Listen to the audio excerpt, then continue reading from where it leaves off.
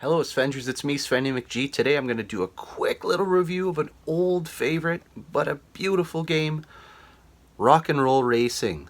Now this game came out in 1993 for the Super Nintendo and 1994 for the Sega Genesis. Unfortunately, you can tell my carts had a little bit of loving, but it says on the top, Rock and Roll Racing, and darn it, it is. So, came out on these two systems as well as the Game Boy Advance. Unfortunately, I don't have a copy of that one. How is it? Let me know in the comments below. But growing up, I played this game plenty of times on the Super Nintendo, and my buddy Mark and I loved it dearly. So I'm going to go in, I'm going to load it up, we're going to go a quick gameplay here just to show you what it's all about, and we're going to have some fun. Very unfortunately, let's get this out of the way now, due to copyright strikes, I will not be playing the music. So the whole premise here of Rock and Roll Racing is driving around, rock music playing. Actual MIDI files of Black Sabbath playing Paranoid. You've got Highway Star, long before Rock Band used it for that dynamic, awesome opening, playing Highway Star. You heard it here first. So again, lots of other big hits on this, but what we're going to focus on is the other rockin' aspect, and that is the racing and the carnage. So let's jump right in and check it out. Now, one big thing here, this was published by Interplay, but developed by Silicon and Synapse, and that was Blizzard.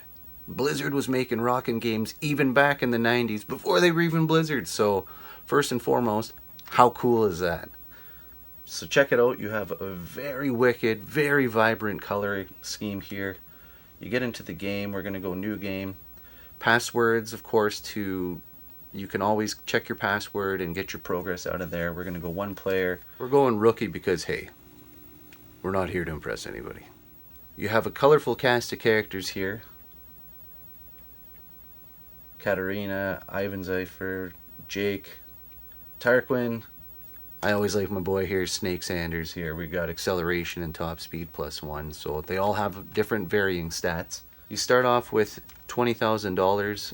You can buy either of these two cars for $18, and this was the one you're going to try and go for, but it's worth $70 to start. So I'll take the Marauder. So of course I've had to turn off the copy of Bad to the Bone that was just playing there, unfortunately. No George Thorogood here for this copyright strike.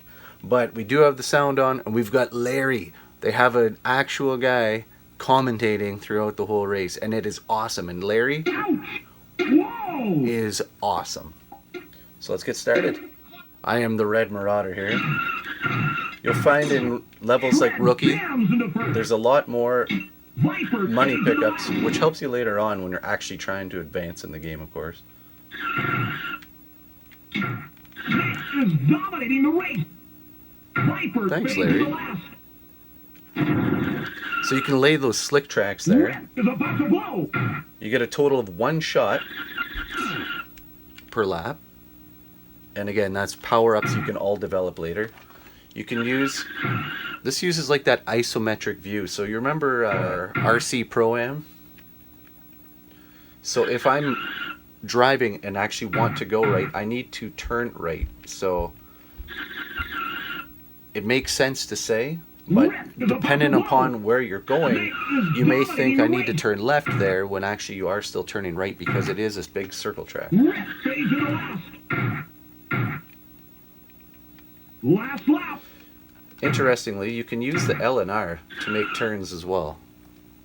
So you can see the car go back and forth. And that's just kind of a neat feature to have in case you don't use it. You also have 1 boost. So right now, push X. I have that jump as opposed to later on you can get turbo boost, etc. Viper fades into last. Best part. Snake scores a first place knockout. Viper finishes second. Red takes a weak third. Shred is in another time zone. Thanks, Larry. Green flag drops. Red fades into last. Snake is dominating the race. So one thing you'll see is you never compound The wrong way. your devices there. If you didn't use one in that lap, you don't get a second one. You'll just replenish to your maximum. So with the HUD here, you can Vipers see looks lost there's a out total there. of 3 laps, Rip 2 is about laps to left blow. now. That's my actual health status. So instead of 3 green circles, I'm down to 2. You'll see here I get the pickup and I go back up to 3. Up at the top here, I've used my slick screen so that zeroes out. Vipers looks lost out there. I used my jump, and of course, that was my shot.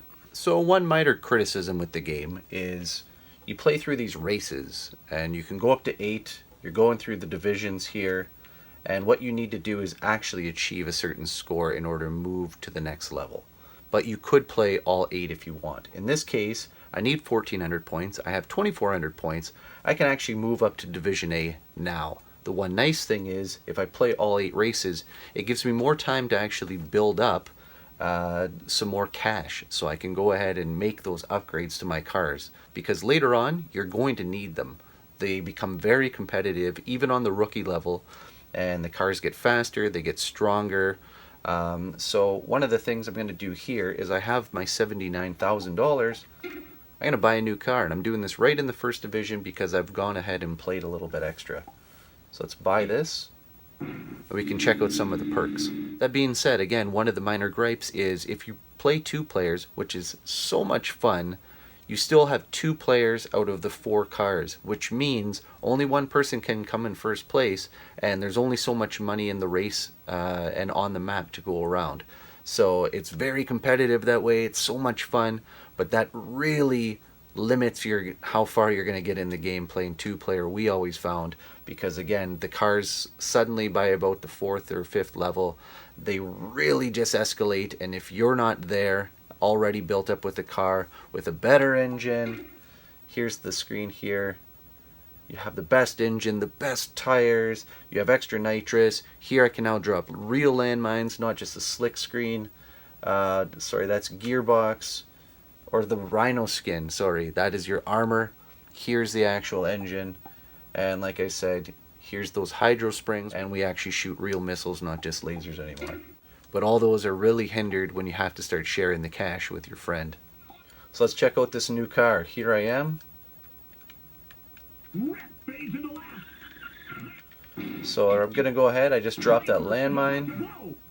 Instead of having that jump from before, I now have this turbo boost, and it is a notable boost. And you'll see here, instead of having a laser, I shoot that missile off. It's not heat seeking, you still have to have a direct shot. They're not gonna like that.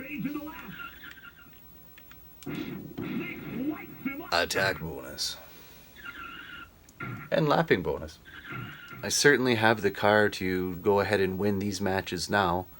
I certainly can go ahead and advance, but if by playing them out, I'm going to build up some extra cash, start going in there with that $28,000, and start to buy some extra missiles and some extra landmines and things like that. Now, again, I'm so far to the competition. At this point, buying some things like maybe getting a jump start on some extra armor, or that saving up to start getting the better engine is a good play. Otherwise, landmines is always great because, again, if you're in front of them, dropping the missiles behind is the way to go. Another little criticism, of course, is of the 8 maps that I do here, only about 4 of them are the same. So you start repeating them very quickly here. And then we're going to go Division A. The cars are going to get a little faster, but again, it's the same maps until you move to the next planet. And by the next planet, you start playing different maps again and again and again. So once you finish those 8 maps, you get this screen here. Captain Braddock says, hey, time to move over. We're going to Division A. So again, we're now showing Division A. We're showing 0 out of 8. And I need to get another 1,400 points, and I start with 0. So jump right back into it. Alright, so for the sake of moving things along here, as mentioned, I would usually play things out, but I have my 1,600 points. So what I'm going to do is I'm going to go here to advance a level, and this is how you can, instead of playing the 8 and then being forced by Captain Braddock, you can jump ahead. So we're going to advance the level, sit down, strap in, and shut up. Captain Braddock's ready to move.